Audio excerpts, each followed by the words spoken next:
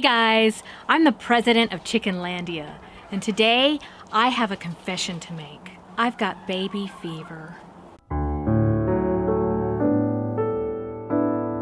Not that kind of baby. I'm talking about baby chick!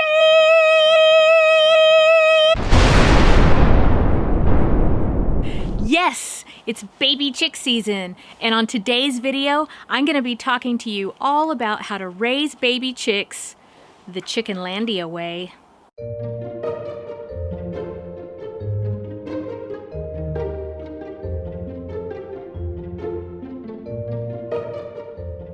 So, many of you know I'm a backyard chicken educator, and in my classes, I always start out talking about baby chicks and what they need to grow up happy and healthy.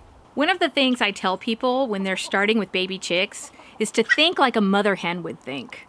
Normally, a mother hen would show the baby chicks where to go, she would keep them under her wing when needed, and she would provide a lot of security for her babies. Now, in the absence of that, if you are brooding chicks, you will have to provide shelter for them. The place where you're going to keep your baby chicks and raise them for the first 8 or so weeks of their life is called a brooder. And you can use a number of different containers to brood your baby chicks in. One of the things I see a lot are like a plastic tote, and you can start your babies out in a tote like this. But you want to definitely consider that these chicks are going to grow, and they're going to grow fast. It's best to have a brooder with some type of lid to it. Now, of course, you want a lid that they can breathe through. It needs to be like a mesh lid, or maybe if you're using a guinea pig cage, that would be perfect because it's just caging all around. If you use a plastic tote, they will grow out of it pretty quickly unless you have maybe 2 or 3 very small bantams. So you can graduate out of that tote, or you can start out with something a little bit bigger, like a pig trough or a horse trough, and those are great brooders for baby chicks. You just want to make sure that you have some covering over it, some hardwire mesh covering, or some type of caging to make sure that they cannot fly out of their brooder once they have the ability to fly. If you've ever seen a mama with baby chicks, you'll see that she keeps them warm by keeping them under her wings. And it's just the cutest thing to see. Recently, I just visited a friend, and she had 3 silkies that were raising a big clutch of baby silkies, and it was adorable. But they were there keeping all of those chicks warm. Every once in a while, they would run to their mamas, and the mamas would wrap their wings around the babies and get them warm, and that is how they get their warmth from the mother hen. Now, when you don't have that, you have to supply warmth for your baby chicks. Recently, I got a radiant brooder that I am just so in love with. It is a very simple device, and it really just heats up a little bit, and the chicks can go underneath it when they want, and then they can come out when they want. I really liked using that, and I definitely recommend that, but it's very expensive, or at least the one I bought was pretty expensive. It was almost $100. So usually what people go with is some type of light.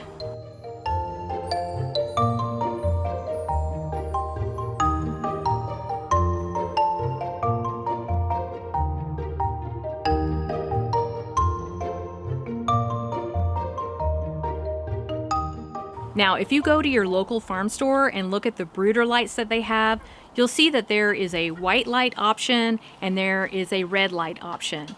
And I always recommend going with the red light, because if you can imagine being a baby chick, you know, going through a stressful experience, which it is stressful for them to go from wherever they hatched to possibly the farm store and now to your home. That is a stressful experience for a baby chick. So you got to keep that in mind. You want to keep the stress level down. So if you're a new baby chick and you're in this brooder and you've got this white light shining on you 24 hours a day and you're expected to sleep under it and all that, and you really need the heat from that light, so you really can't get away from it. That's kind of like being under an interrogation light, like 24/7. So as an alternative to this, I recommend using a red bulb. Now, the red bulb has two benefits. One, it just keeps them less stressed out. It casts a nice warm red glow over the brooder. It's not really harsh. They just seem a little bit less stressed out. The other benefit with a red light is that if a baby chick is injured and it has a little bit of blood on its body, unfortunately the other chicks will peck at that. It's just an instinct that chicks and chickens have to peck at the color red. Now, for whatever reason, they don't peck at each other. They usually don't peck at each other's red combs or wattles, but if they see blood, they will peck at it. So if you have a red light, it casts this red glow over the brooder, and they're less likely to notice if there's a little bit of blood on another chick. Of course, if you have a chick that is bleeding, you need to immediately remove that chick and treat it, because you don't want an injured chick to be getting stressed out, to be vulnerable among many other baby chicks. It's just not good. They need to rest and heal. So another very important thing to consider with your heat source is that heat lamp plus pine shavings or whatever bedding you're using, not really a good combination. You need to make sure that that heat lamp is very secure and it's not going to fall into your brooder, or your chicks aren't going to like fly into it. It should have a guard over it that would make that less of a possibility. So a lot of people ask me, what temperature should I keep my brooder at when I bring my baby chicks home? And my answer to that is that I actually don't take the temperature in a brooder. I go by the chick's behavior. If you have chicks in a brooder and they're all huddled up underneath the lamp, peeping loudly, trying to get on top of each other, then your lamp is too high. You need to make adjustments to make it warmer in the brooder so they can be more comfortable. If the baby chicks in your brooder are all lined up on the sides of the brooder trying to get away from the lamp, they're too hot. They either need more space or you need to raise the lamp and just make some type of adjustments to lower the temperature in their brooder. What you should see are some chicks pecking and scratching, some at their food, some at the water, some sleeping peacefully under their heat lamp.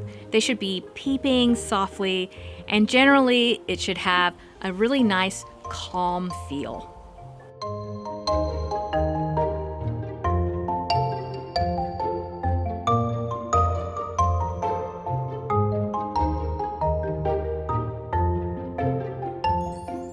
So, you've got your brooder, you've got your heat source. Now it's time to think about bedding. I actually don't put pine shavings or aspen shavings, hemp shavings into their brooder right away. What I do is use paper towels. When baby chicks are born, they really need to have a chance to get some good traction on their little feet so that they can avoid some of the problems that sometimes happen with baby chicks and their legs and feet. So, in order to provide that traction, I will layer a thin layer of paper towels on the bottom of their brooder.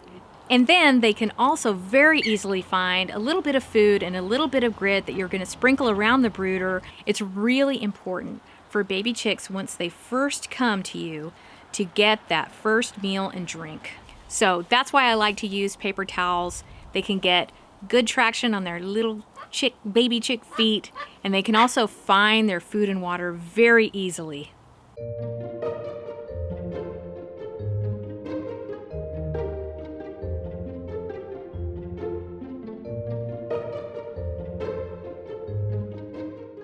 So, you've got your brooder, you've got your heat source, you've got paper towels on the bottom of your brooder. Now it's time to think about what to feed these babies.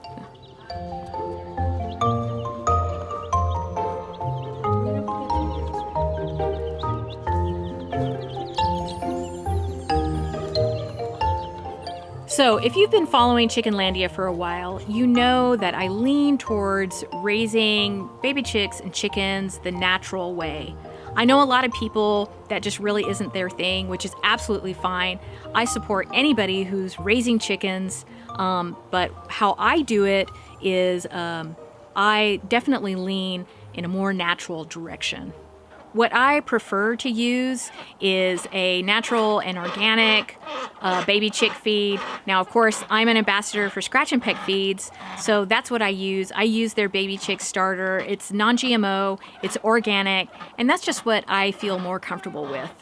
So I will sprinkle a little bit of their food and a little bit of chick grit throughout their brooder so that they can find it right away. I'll also mix a little bit of grit, probably about a teaspoon per quart, into their food container so that they can get that, and that supports the first level of their digestion, which is in their crop.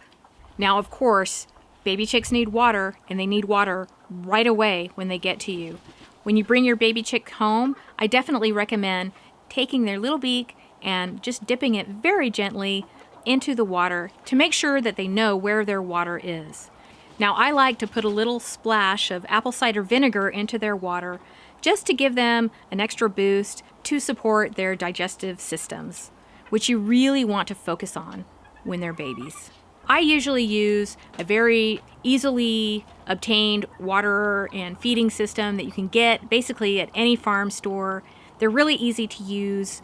One thing to remember is that for the waterer, you may want to, at least during the first week, add some marbles or some hazelnuts at the bottom of the waterer to make sure that the baby chicks aren't immersing themselves in it and getting chilled.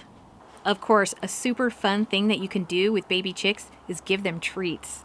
Now, you don't want to overload them with treats because you want to make sure that they're getting their chick feed so that they can get all the nutrients that they need to grow. But some fun and healthy treats that you can give them include whole milk yogurt mixed with a little bit of their feed, grubs or mealworms, hard-boiled egg yolk is another good one. And as they grow, another great thing that you can give them is clumps of grass and dirt from your yard. So, it's been 6 to 8 weeks. Your baby chicks are doing great. They've grown, they look like little teenager chickens now, they're fully feathered, and it's time to put them outside.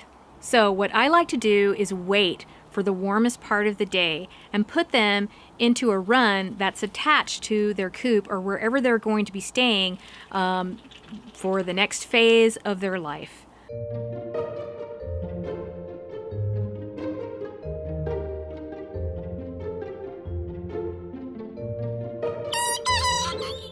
When I put my first batch of baby chicks outside, I was so nervous that I went out there and made sure to put them all individually into their coop at night, which you can absolutely do because in the absence of a mother hen, they might not figure out where to go as easily as you want them to. So you want to make sure that they did go up into their coop, but don't worry, I know it's a little bit cold at night. They are going to be just fine. They've got all their feathers in. They're going to huddle up next to each other like the flock that they are and keep each other warm.